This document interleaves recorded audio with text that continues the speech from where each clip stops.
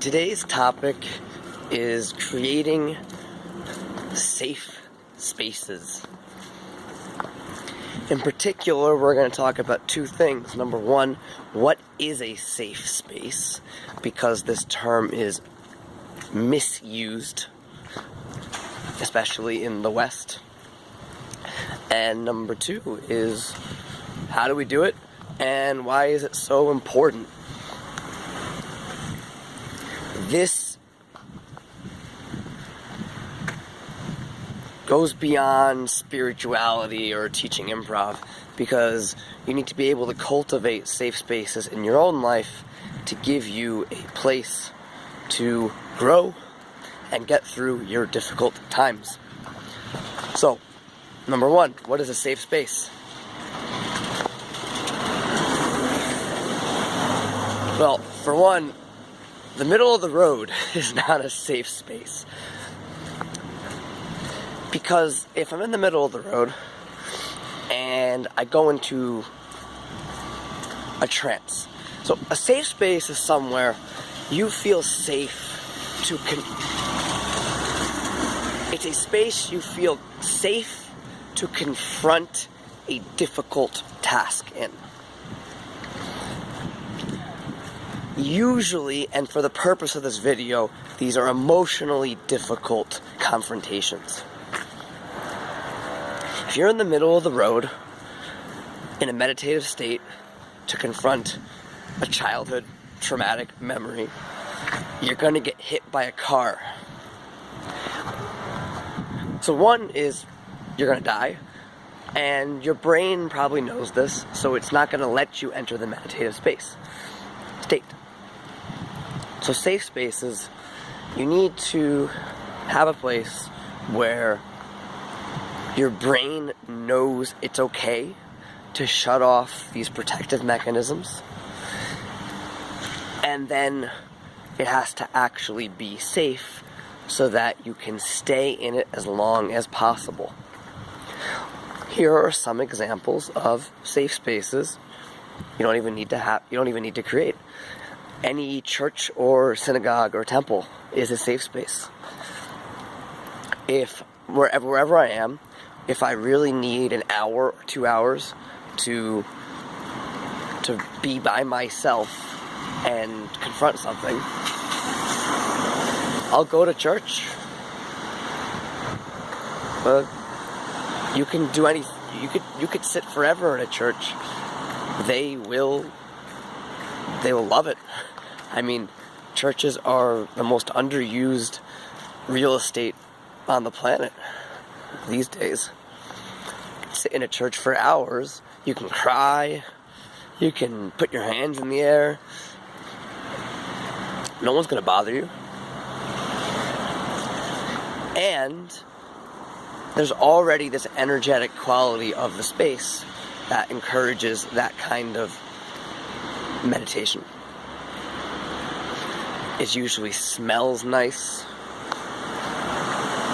It's usually of reasonable temperature and all these other things. So, what isn't a safe space? Because if you've been on a college campus in the West, a safe space is where you have pillows and puppy dogs and cats, and you can go and never have your feelings hurt. In fact, people have been kicked out of college for being offensive because it hurts someone's feelings. And a safe space is not a place where your feelings aren't hurt. Your safe space is a place where you feel safe getting your feelings hurt so that you can get over your feelings.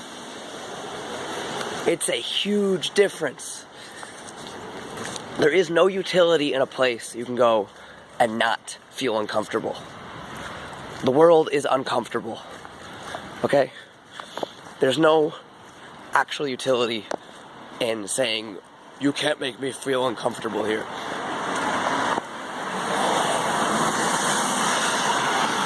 How do you create one? So, if you're by yourself, you can use other spaces like churches or temples or meditation centers, yoga studios. You can rent a dance studio. I often will rent by myself for 500 forints, €2, a dance studio in Budapest to be by myself in a quiet space. Nature. Nature is an amazing place to get in touch with yourself. Especially one that mimics our natural environments. Trees, forests are very primal places for humans because we came out of the forest when we were monkeys. Most people like the beach. We like the sound of waves crashing against the sand. There's something even more primal about that because we came from the ocean before we were monkeys. You know, every life form came from the ocean. So, sacred spaces, nature, things like that. If you want to create a safe space for others, which is what I do through improv, it's what shamans do, it's what yoga teachers do, and it's a great service to provide for others. This is worthy of its own video, but a visual metaphor is, imagine, take us back to tribal times, you know.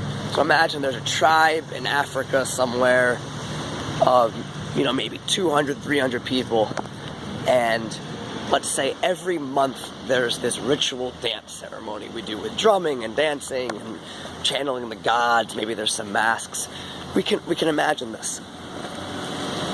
Now, we cannot do this if we're in the middle of a pack of lions, because the lions are going to eat us. So, I guess, in our metaphor, cars are the new lions, so to speak.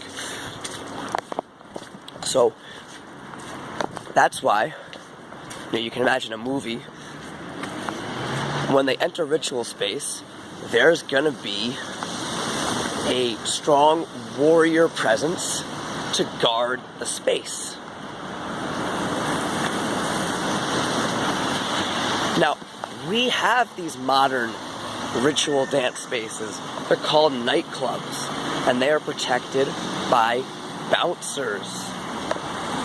And one of the reasons that Berlin's nightclub scene takes on this almost religious, spiritual energy is because the bouncers are notorious for being brutal about protecting the energy of the space. And it works. So, to create it, you have to protect it. Its boundaries need to be protected so that we, as the participants, feel our boundaries are protected so that we can be vulnerable to ourselves and others. So you protect the space. And number two is you need to be of the energy you want to be found in the space. So if you're coming in with this ego energy of like, I'm doing this because I want to be warrior, shaman, king, man, and, you know, or build my harem, you know, there's always these tantra guys who are clearly just doing that to get the girls. And it creates this weird, corrupt energy. If you want people to really get something out of this experience, you need to be there with them and around them.